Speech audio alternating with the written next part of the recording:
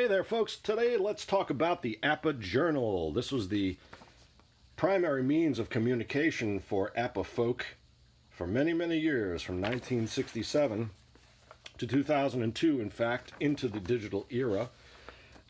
Many illustrious columnists like Robert Henry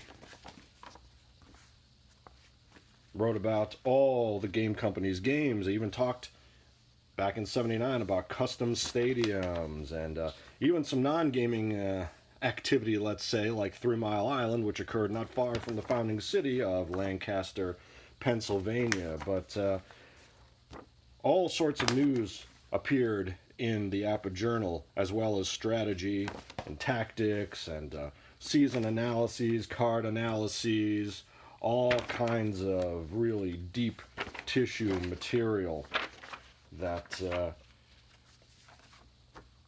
the brothers Len and Ron Gaydos kicked off when they founded the APBA Journal in 1967. A little feature on former Vice President Fritz Light there. This is just a small stack of my print versions here. Again, the APBA Journal was founded, seeing a nice little analysis of pitching grades by Ron Murrah, the old Holiday Inn sign. I mean, it's great for not even just gaming information, but it's a snapshot of many moments of a moment in time. Shortstop ratings for APBA managers. Of course, many illustrious folks edited the APBA Journal over the years.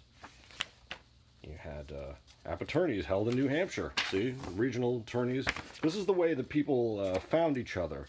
Many of the Hall of Famers, Ray Dunlap, who was a contributor, talked about how he found certain folks, and this is how people found each other for mail-in leagues, face-to-face leagues. This is a great one. Football Innovations. I want to go back and do some playing through some things. This is by Scott Strom, May 81. Of course, the man, his own self there.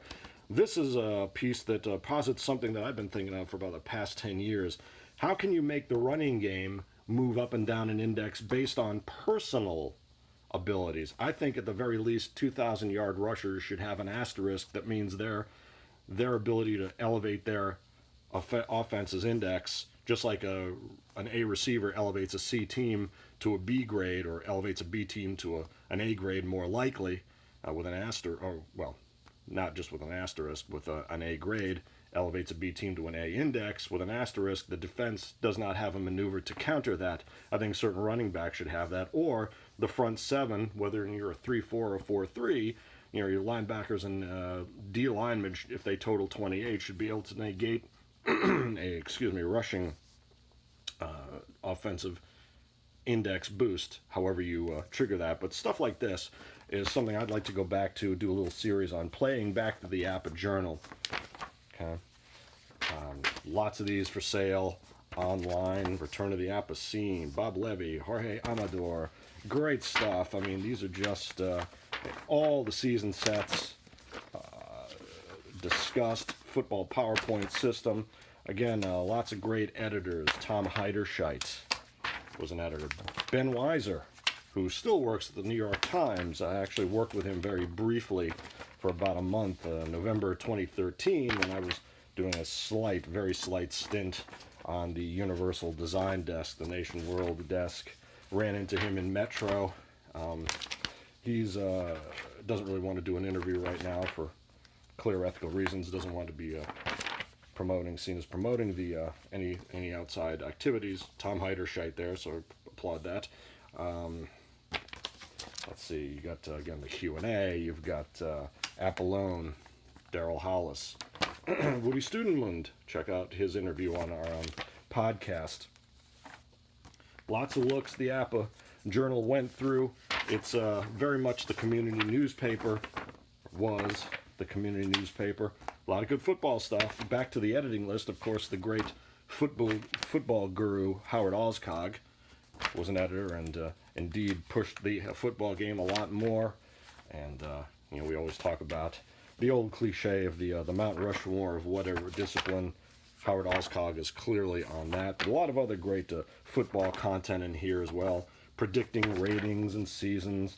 I mean, all the great content, has been thought of. Oh, yes, the computer era was well documented in APBA, the 9th APBA tournament, all the great news. I mean, yes, it is a great timeline for you to go back and peruse here, and I know a lot of folks have these just lying around. I believe the gentleman I just bought a few games from had a bunch of his journals. You know, APBA celebrates 35th anniversary. The journal ran from, as I say, 1967 to 2002. Eric Naftali was the last editor-publisher. The journal ran for 35 years. Now, around that time, 2002, Francis Rose, 87 cards coming soon, Francis Rose bought the journal.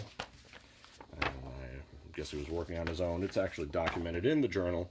You know, the journal is home to a lot of great, not only card analyses, but actual cards. There are a lot of homebrew little gift sets. I think the Bowling Hall of Fame set is in here. I think there's some saddle racing cards on occasion. When the company was going through financial straits in the mid to late 90s, late 90s in particular, you had a complete set of 1998 football. The complete 1998 unofficial season set was released in the APBA Journal. Okay? Now in 2012, Bob Tassinari bought the APBA Journal, and kind of came out of left field, if you will. We were the first to interview him on the original iteration of our Facebook page, blog, YouTube, etc., etc., etc. See, APBA well ahead of the curve in terms of, you know, doing some good computer stuff. And I know Mr. Alskog, June '89, pivotal edition here. '89 football carded rookie players analyzed. Hall of Famer Greg Wells, who went into the Hall of Fame with his son in 2013. Super awesome, right? Running back analysis, all that good stuff. Computer Corner. Phil Medden. I'm not sure how you pronounce it, I'm sorry. Having computer game problems? Contact Miller and Associates. And don't forget the, you know, again, just great league news in here, right? Lots of replay news, APBA League news briefs. I mean, look at that. Just great stuff. Playing the new APBA computer football game, Greg Wells. Again, '89. Little bit before Madden, yeah? You know, play testing it. I mean, Greg went deep into this game. You know, Eric Naftali, November '89. So in any case, Bob Tassinari bought the journal in 2012, and he immediately began digitizing it. First put it on data discs, both the journal and the APBA innings, and the complete reference packs. Now these have since been transferred to USB drives for your convenience, and you can still get them on eBay. Just type in APBA Journal. I think his username is AJGame42. But in any case, they are still available. Highly worth it. The APBA Journal is to APBA Gaming what the General was to Avaln Hill. So do check it out. I can attest that it's highly worth having this. Bob detailed, not only in our interview, but at a presentation he gave at our 2013 football-only convention at the Pro Football Hall of Fame in Canton, Ohio. Bob was among the many great folks who came out to talk about the game and all its aspects, and Bob detailed how he had to separate all these wonderful journals and digitize them. He actually brought the mimeograph of the first copy, so I highly recommend that you get the APBA Journal in digital form. It is incredibly informative. It is relevant to this day, chock full of great information. We've been Ron Taylor and other folks have been trying to help catalog all the football content for the football handbook. I'd like to do the same for bowling, for saddle racing, all that content. Now, I haven't looked at the reference packs fully here, but highly recommend it. You can't go wrong. The APBA Journal, the voice of the APBA community.